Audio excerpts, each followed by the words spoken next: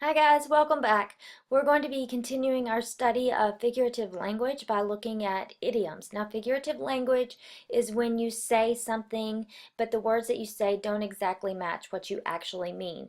Last week we looked at similes, which is making a comparison using the words like or as. An example would be, her face was as white as a sheet. So you're comparing her face to a sheet and how white it was. Now, was her face really literally as white as a sheet? No, it wasn't. So the fact that you said that and you mean something a little bit different is an example of figurative language.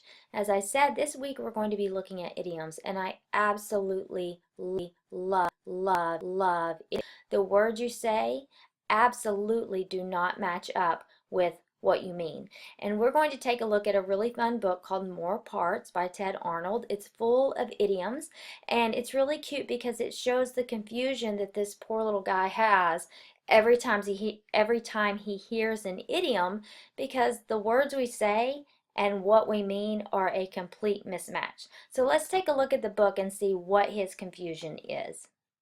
So as I said, we're reading More Parts by Ted Arnold.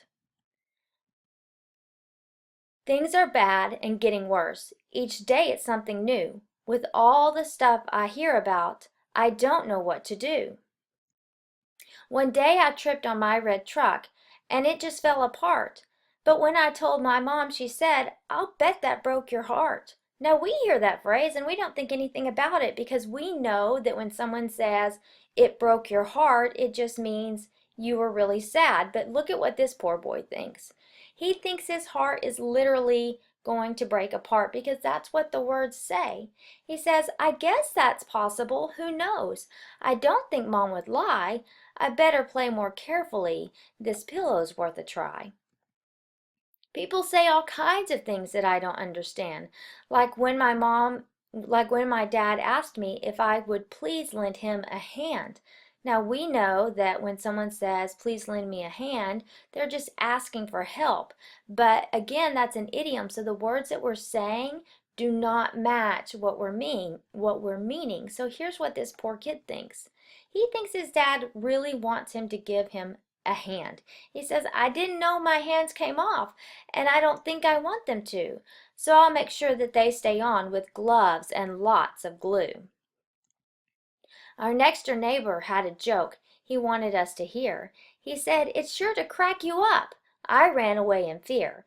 Now, of course, we know that "it's sure to crack you up" just means it's going to make you laugh. But what are the literal meanings of those words? It means you are going to crack into pieces. And you can see that in the illustration. This poor kid thinks that everyone is going to start cracking into pieces. Who wants to hear a joke like that? Not my idea of fun. I gotta keep my head together. It's my only one. My teacher has me worried too. This happened yesterday. She said to stretch our arms and legs before we go to play. I'm sure she thinks it's good for us, but that's just too bizarre. My arms and legs are long enough. I like the way they are. So again, she means stretch, get ready to go out and play, make sure your muscles are nice and loose, but he thinks she means stretch your arms and legs out further than they'll actually go. I know I've got a lot to learn. I'm little and I'm young.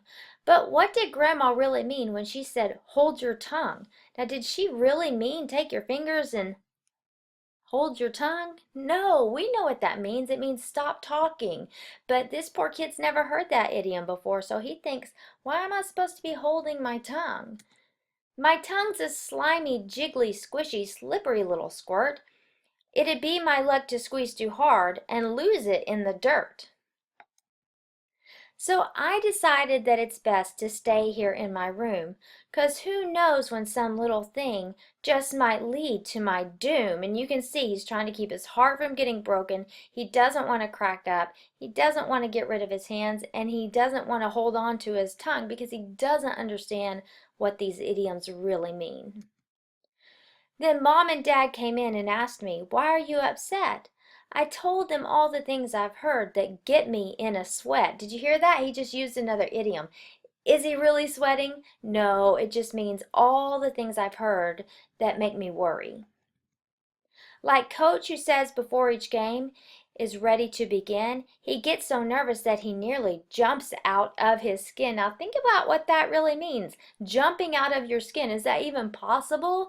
No, it's just saying I'm so nervous, I'm jittery on the inside. So, again, what we say and what we mean are completely different. Here's another one. Or what a friend said recently, it gave me such a fright. He claimed his baby sister screams her lungs out every night. And again, look at that picture. He thinks that when the baby screams, her lungs really come out. But all it means is that the baby screams really loud at night. My skin could slip, my head may crack, and I might break my heart. I could lose my lungs, my hands, who knows when it might start? What if quite by accident my body flies apart? Mom and Dad just smiled and looked relieved that I'm okay, and Mom explained to me about the things that people say. And though Dad laughed, I know he didn't mean to be unkind when he said there for a minute, son.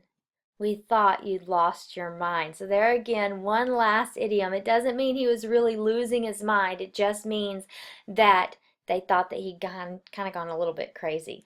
So again, idioms are so fun and we hear them all the time. I think we actually hear them more than similes. So pay attention as you're talking and as you're saying things to each other. For instance, I say one all the time, our new attention getter, think about it, gold and blue. And you guys say, eyes on you. Do I really want you to take your eyes and put them on me? No, I just mean, hey, look at me, pay attention because you need to hear what's coming up next. So listen for idioms. See if you can figure some out because they're super fun. And think about what do those words really mean and what do I mean when I say them? Again, one of my favorite kinds of figurative language. So think about it, bring some with you when you come to class, and we'll share and make a chart of them. It'll be super fun. See you then.